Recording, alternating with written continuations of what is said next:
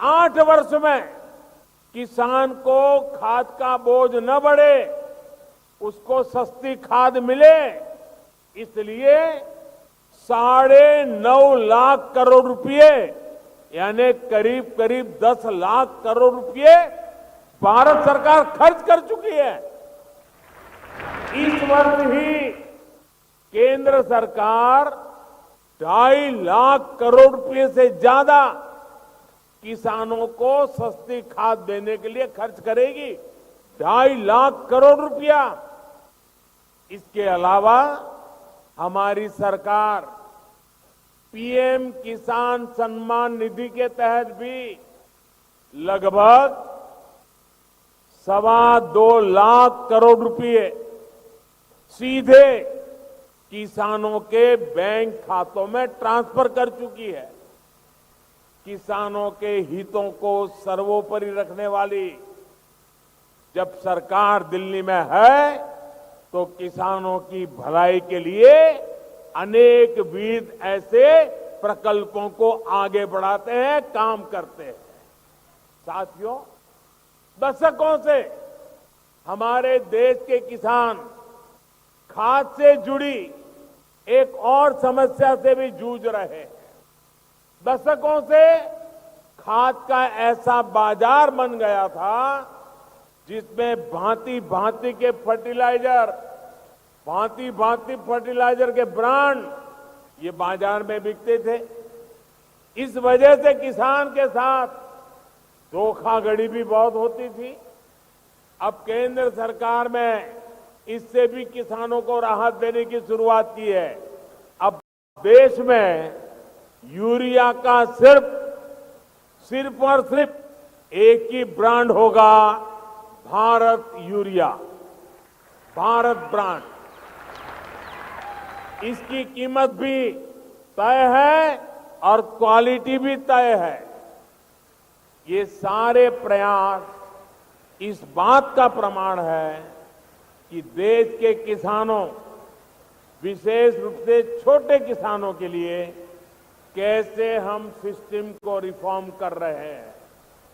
साथियों, हमारे देश में एक और चुनौती कनेक्टिविटी के इंफ्रास्ट्रक्चर की रही है। आज देश इस कमी को भी दूर कर रहा है। देश के सभी राज्यों में हाईवे, आधुनिक रेलवे, एयरपोर्ट, वाटरवेज और इंटरनेट हाईवे पर तेजी से काम हो रहा है। अब इसे पीएम गति शक्ति नेशनल मास्टर प्लान से नई ऊर्जा मिल रही है।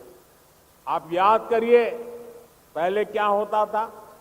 उद्योगों के लिए स्पेशल जोन डिक्लेयर होते थे, लेकिन वहां तक सड़क, बिजली, पानी, जो प्राथमिक सुविधाएं चाहिए वो भी पहुंचाने में कई साल लग जाते थे। अब इस कार्यशैली को हमने बदल रहे हैं। अब इंफ्रा प्रोजेक्ट पर सभी स्टेक होल्डर और प्रोजेक्ट से जुड़ी सभी एजेंसियां एक साथ मिलकर एक तय रणनीति पर काम करते हैं। इससे प्रोजेक्ट से लटकने भटकने की संभावना खत्म हो गई है। साथियों, भद्राद्री कोत्तागुडेम ये जिला और खम्मम जिले को जोड़ने वाली नई रेल लाइन आज आपकी सेवा के लिए समर्पित है। इस रेल लाइन से यहां के स्थानीय लोगों को तो लाभ होगा ही, पूरे तेलंगाना को भी लाभ होगा। इससे तेलंगाना के बिजली सेक्टर को लाभ होगा, उद्योगों को लाभ होगा और नौजवानों के लिए रोजगार के नए अवसर बनेंगे।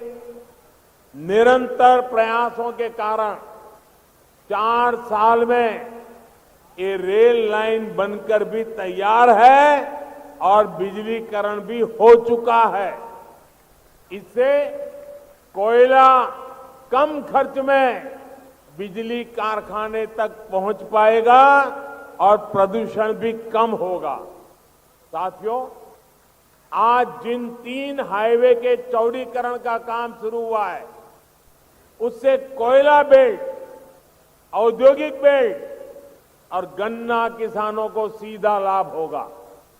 यहां तो हल्दी की पैदावार बढ़ाने में भी हमारे किसान भाई बहन जुटे हुए हैं।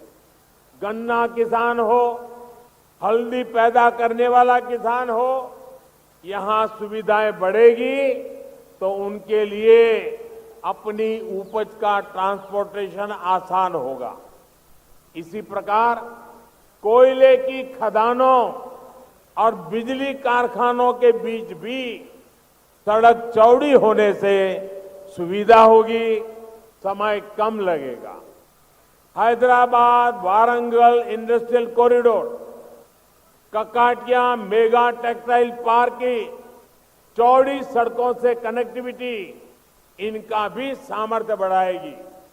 साथियों, जब देश विकास करता है, विकास के कार्यों में गति आती है, तो कई बार राजनीतिक स्वार्थ के लिए कुछ विकृत मानस वाले लोग, कुछ ताकतें अपना अफवाह तंत्र, रूमर्स, अफवाह तंत्र चलाने लगती है, लोगों को भड़काने लगती है। तेलंगाना में ऐसी ही अफवाहें आजकल सिंगारेणी कोयलरीड कंपनी लिमिटेड SCCL और विभिन्न कोल माइंस को लेकर उड़ाई जा रही है। और मैंने सुना है हैदराबाद से उसको हवा दी जा रही है, उसमें नए नए रंग भरे जा रहे हैं। मैं आज जब आपके बीच आया हूं तो मैं कुछ जानकारी आपको देना चाहता हूं, कुछ फैक्ट्स आपके सामने रखना चाहता हूं, कुछ तथ्य आपको बताना चाहता हूं।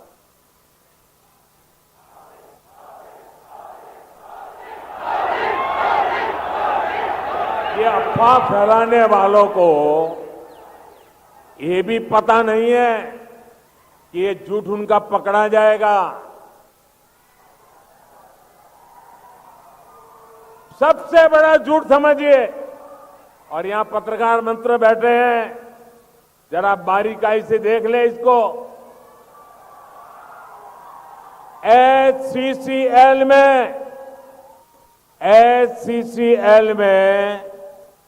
51% भागीदारी ये तेलंगाना की राज्य सरकार की है,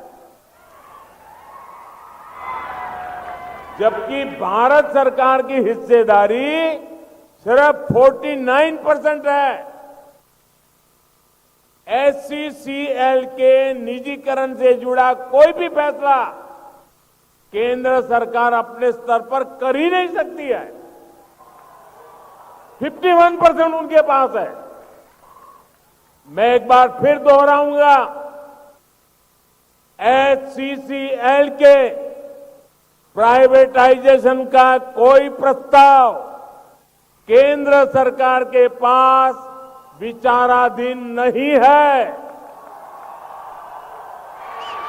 और न ही केंद्र सरकार का कोई इरादा है। और इसलिए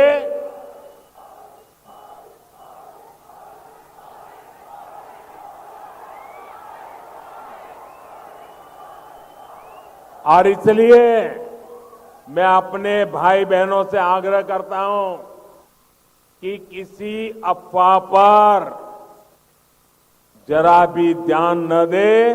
ये झूठ के व्यापारियों को हैदराबाद में रहने दें। साथियों, हम सभी ने देश में कोल माइंस को लेकर हजारों करोड़ रुपए के घोटाले होते देखे हैं। इन घोटालों में देश के साथ ही श्रमिकों, गरीबों और उन क्षेत्रों का नुकसान हुआ जहां ये माइंस थी। आज देश में कोयले की बढ़ती हुई जरूरत को देखते हुए कोल माइंस की पूरी पारदर्शिता के साथ नीलामी की जा रही है। जिस क्षेत्र से खनिज निकल रहा है उसका लाभ वहां रहने वाले लोगों को देने के लिए हमारी सरकार ने डीएमएफ यानी डिस्ट्रिक्ट मिनरल फंड भी बनाया है। इस फंड के तहत भी हजारों करोड़ रुपए राज्यों को रिलीज किए गए हैं। भाइयों और बहनों, हम सबका साथ, सबका विकास, सबका विश्वास और सबका प्रयास के मंत्र पर चलते हुए तेलंगाना को आगे बढ़ाना चाहते हैं। तेलंगाना के तेज विकास के लिए आप सभी का आशीर्वाद